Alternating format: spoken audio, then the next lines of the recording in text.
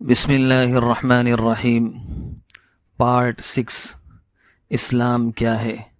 تالیف حضرت مولانا محمد منظور نعمانی نور اللہ مرقدہ۔ حضرت نے اسلام کو سمجھنے کے لیے 20 اسباق لکھے ہیں۔ آج دوسرا سبق پڑھا جا رہا ہے۔ دوسرا سبق نماز کی اہمیت اور اس کی تاثیر۔ اللہ و رسول صلی اللہ علیہ وسلم پر ایمان لانے اور توحید و رسالت کی گواہی دینے کے بعد سب سے پہلا اور سب سے بڑا فرض اسلام میں نماز ہے۔ نماز اللہ تعالیٰ کی خاص عبادت ہے جو دن میں 5 دفعہ فرض کی گئی ہے۔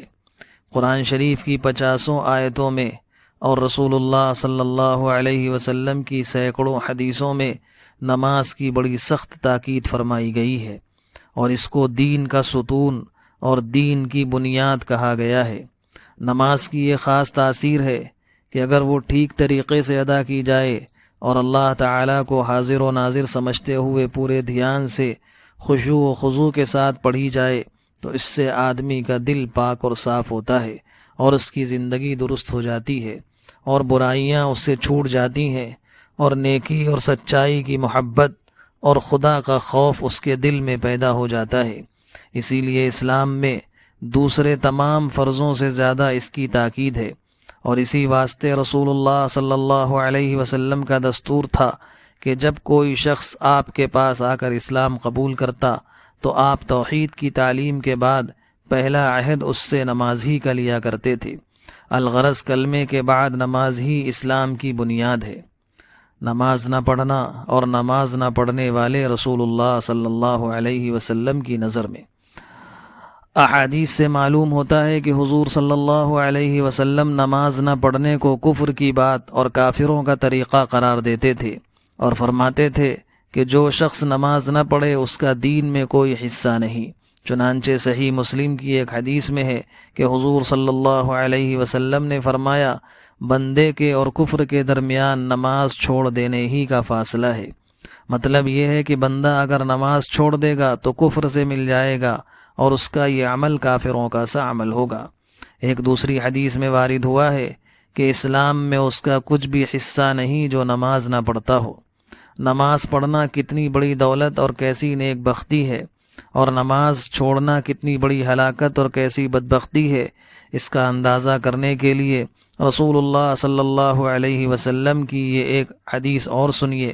ایک دن رسول اللہ صلی اللہ علیہ وسلم نے نماز کی تاکید فرماتے ہوئے ارشاد فرمایا، جو کوئی نماز اچھی طرح اور پابندی سے ادا کرے گا تو اس کے واسطے قیامت میں وہ نور ہوگی اور اس کے لیے ایمان اور اسلام کی دلیل ہوگی اور نجات دلانے کا ذریعہ بنے گی، اور جو کوئی اس کو خیال سے اور پابندی سے ادا نہیں کرے گا تو وہ اس کے لیے نہ نور ہوگی نہ دلیل بنے گی، اور نہ وہ اس کو عذاب سے نجات دلائے گی، اور وہ شخص قیامت میں قارون، فرعون، حامان اور ابی ابن خلف کے ساتھ ہوگا۔ بھائیوں، ہم میں سے ہر ایک کو سوچنا چاہیے کہ اگر ہم نے اچھی طرح اور پابندی سے نماز پڑھنے کی عادت نہ ڈالی تو پھر ہمارا حشر اور ہمارا انجام کیا ہونے والا ہے۔ نماز نہ پڑھنے والوں کی میدان حشر میں رسوائی۔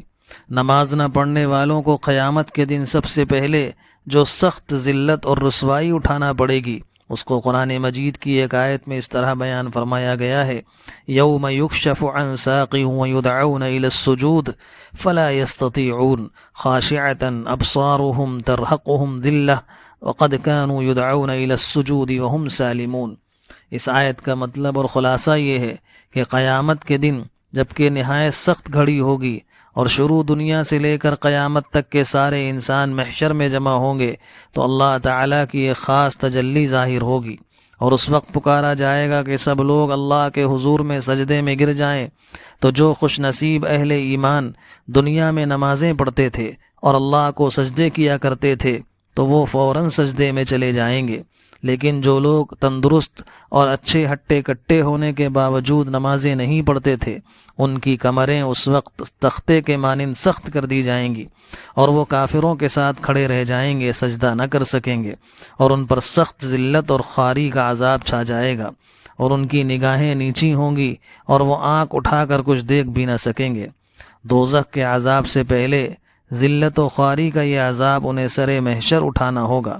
اللہ تعالی ہم سب کو اس عذاب سے بچائے۔ دراصل نماز نہ پڑھنے والا شخص ایک طرح سے خدا کا باغی ہے، اور وہ جس قدر بھی ذلیل اور رسوا کیا جائے اور جتنا بھی اس کو عذاب دیا جائے، بلا شبہ وہ اس کا مستحق ہے۔ امت کے بعض اماموں کے نزدیک تو نماز چھوڑنے والے لوگ دین سے خارج اور مرتدوں کی طرح قتل کیے جانے کے قابل ہیں۔ بھائیوں، ہم سب کو اچھی طرح سمجھ لینا چاہیے کہ نماز کے بغیر اسلام کا دعویٰ بے ثبوت اور بے بنیاد ہے۔ نماز پڑھنا ہی وہ خالص اسلامی عمل ہے جو اللہ تعالیٰ سے ہمارا تعلق جوڑتا ہے اور ہم کو اس کی رحمت کا مستحق بناتا ہے۔ اللہ پاک ہم سب کو